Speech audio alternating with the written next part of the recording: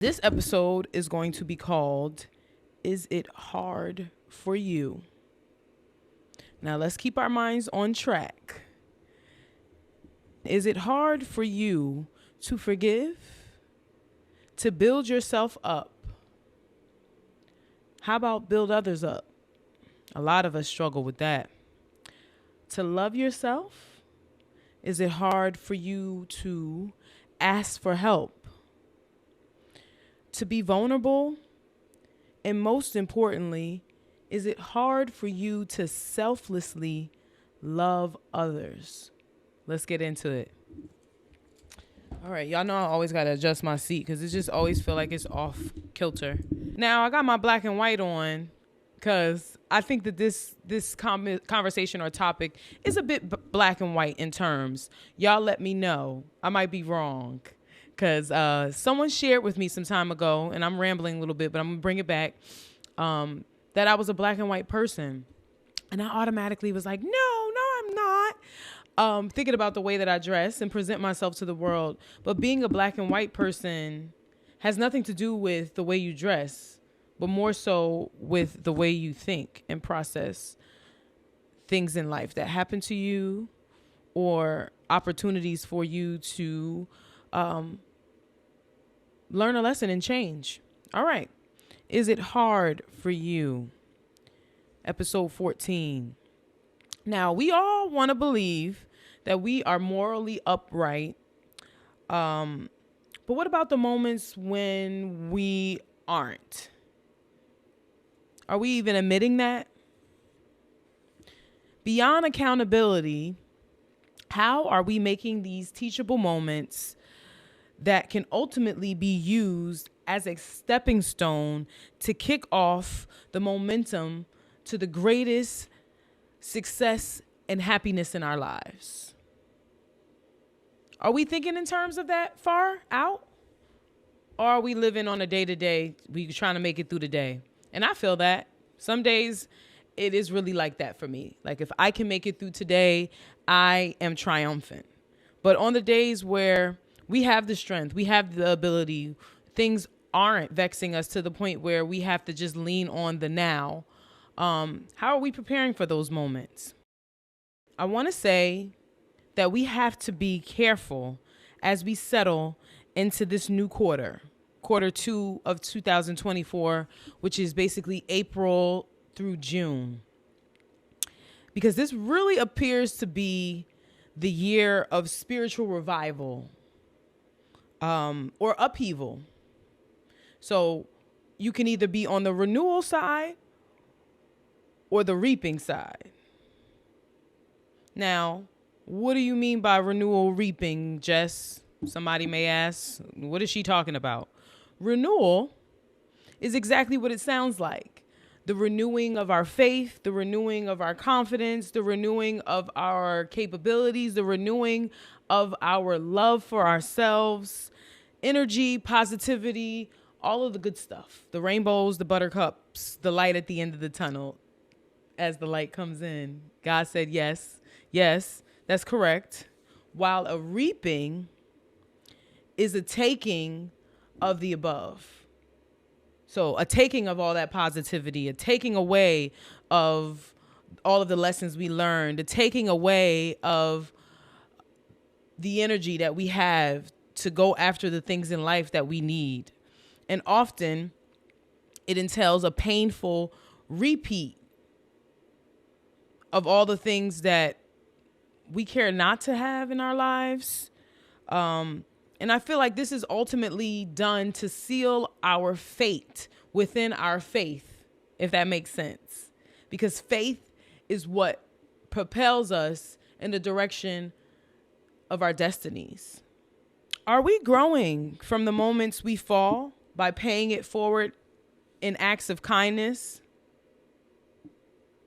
Because all it really takes to turn things around is better days. That's all it takes. All it takes is better days to activate the light within us. We have to make conscious decisions to choose peace over being right.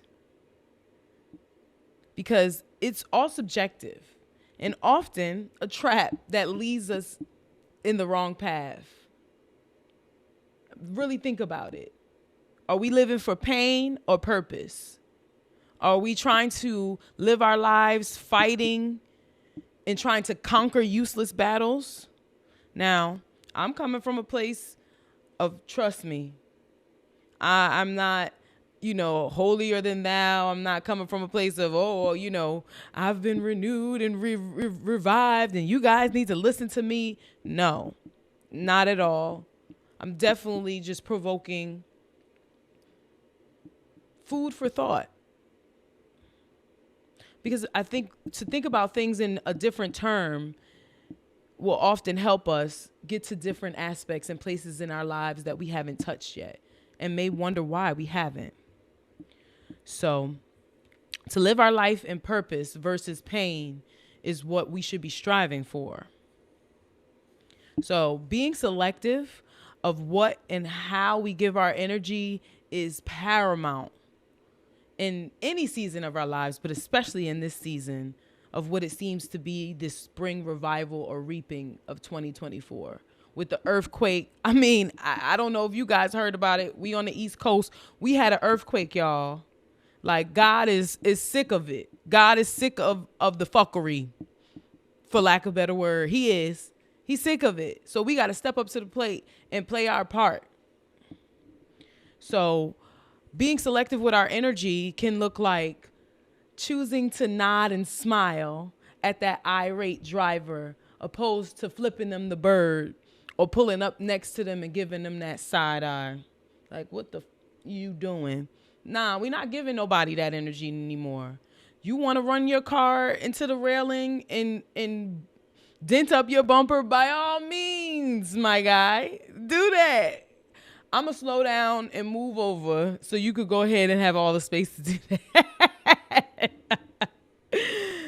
Being selective of where and what we give our energy to looks like choosing to move away from accusatory premise conversations where both parties were present, but there is deception in the recollection to provoke anger or frustration to the other party, often because the accusatory party doesn't want to take accountability and they have a skewed sense of reality.